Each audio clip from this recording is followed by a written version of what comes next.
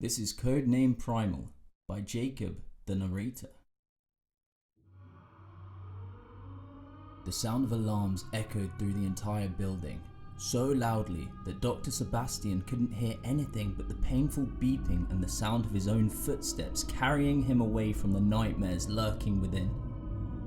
The red light from the alarms looked more menacing than ever. The only thing Dr. Sebastian could think about was how desperately he needed to reach the safe room or anywhere that he might be protected from it. His bloodied palm clutched his left shoulder, which bore a bite mark far too large to come from any dog. It was painful, so excruciating, as if those teeth were still piercing him now. The agony overwhelmed his 46-year-old body and he collapsed to the ground with a heavy thud. Gritting his teeth, he winced, barely able to breathe through the torment. This wasn't supposed to happen. Not ever. The perimeter was meant to be secure, and even if the subjects escaped, they were supposed to be prepared for situations like this. With a groan, he stood up, but his left shoulder felt like it would fall from the rest of his body sooner or later. That's when the alarms stopped completely, and the whole building fell into silence. Because the normal lights were messed up, a backup system turned the lights back on, but this didn't make the situation any less terrifying. The building had once been filled with not only alarms, but also gunshots, screams, and the sounds of roars from their own creatures. Now it was only a pit of death, where a human like him would only end up as a meal. He weakly stood up, but even his knees were barely holding him together. The bite must have inflicted some kind of poison, slowly damaging his entire system, but he wasn't sure. He had only just arrived, merely as an assistant from his old workplace, where he had worked as a doctor in times of need. His clumsy attempt to stand was at least successful, though he nearly lost balance again.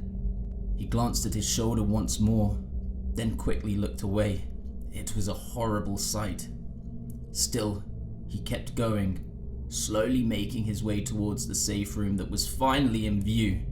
The safe rooms, built with heavy steel doors capable of withstanding even a grenade explosion, were stocked with enough food, water, and communication systems he could only hope were still functional. His hope for safety, so close and almost within reach, was suddenly shattered by a sound that echoed through the building, sending chills down his spine. A screech, animalistic, almost normal in any other context, but here, absolutely terrifying.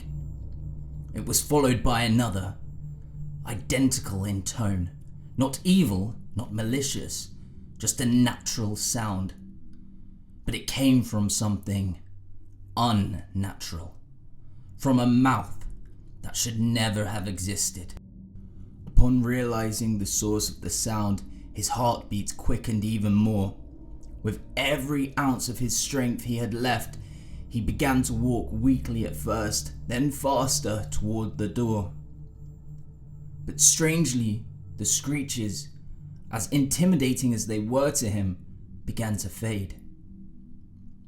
They didn't stop abruptly. They dissolved into the void, as if whatever was making them was retreating, growing more distant with each passing sound. Sebastian nearly stumbled as he finally reached the door handle. The cold steel against his palm jolted him awake, grounding him in the moment. The silence behind him was reassuring. No more screeches, no more echoes. But when he tried to open the door, it didn't budge. It was locked or jammed. Either way, his sanctuary was just inches away and still out of reach.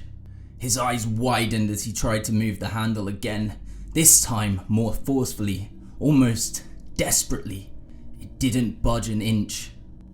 He attempted to open it with both hands, but as he tried to lift his left arm, a wave of agony shot through his entire body.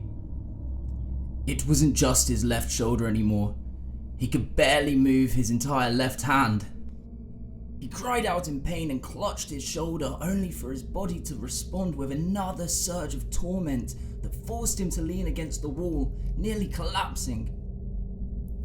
Tears streamed down his face as he looked toward the door. With what little strength he had left, he crawled weakly toward it, using only one hand. He managed to knock twice loudly, his voice trembling with fear and desperation as he called out. "Please," he said with a trembling voice.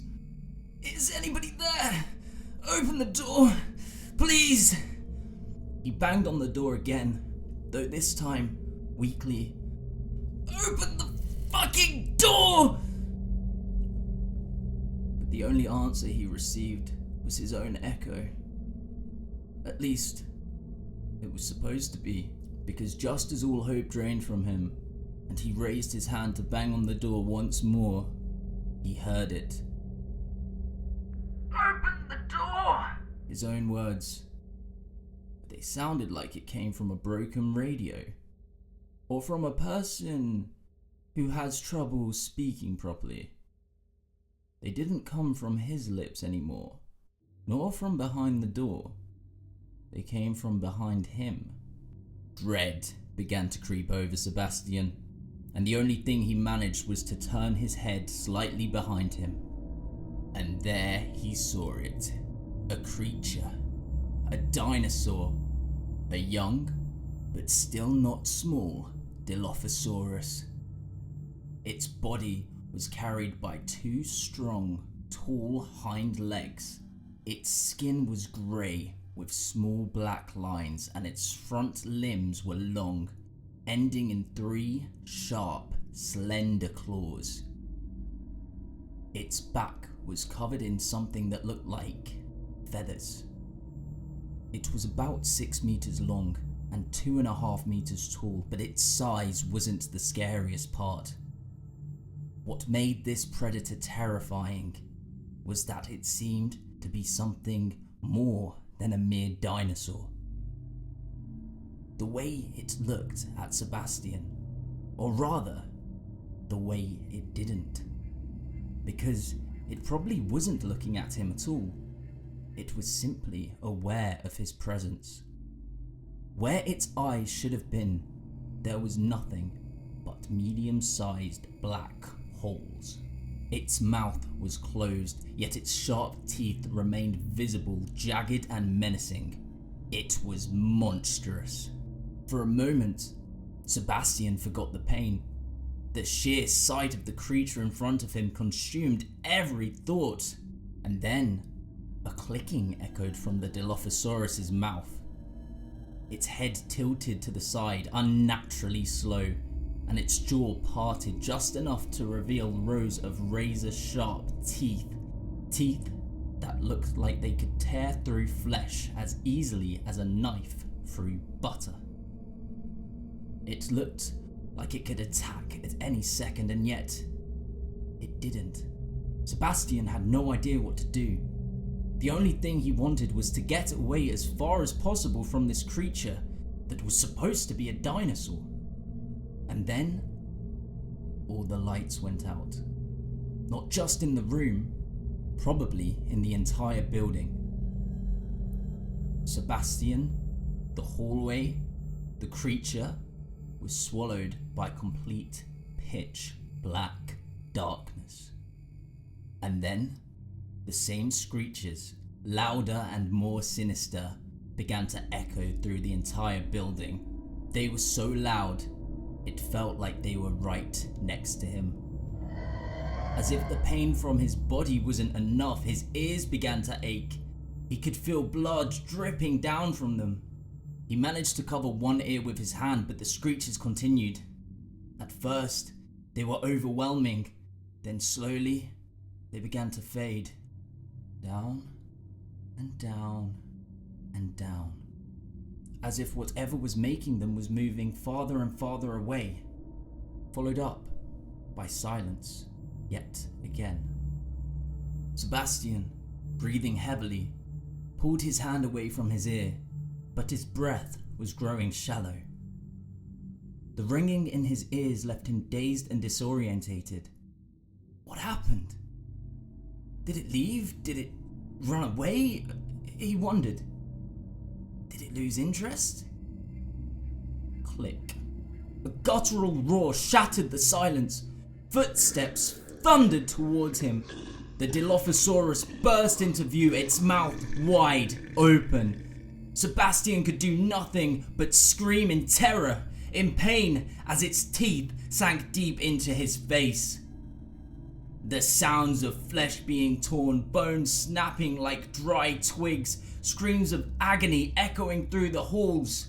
These were the only sounds for the remaining terrified souls behind the door.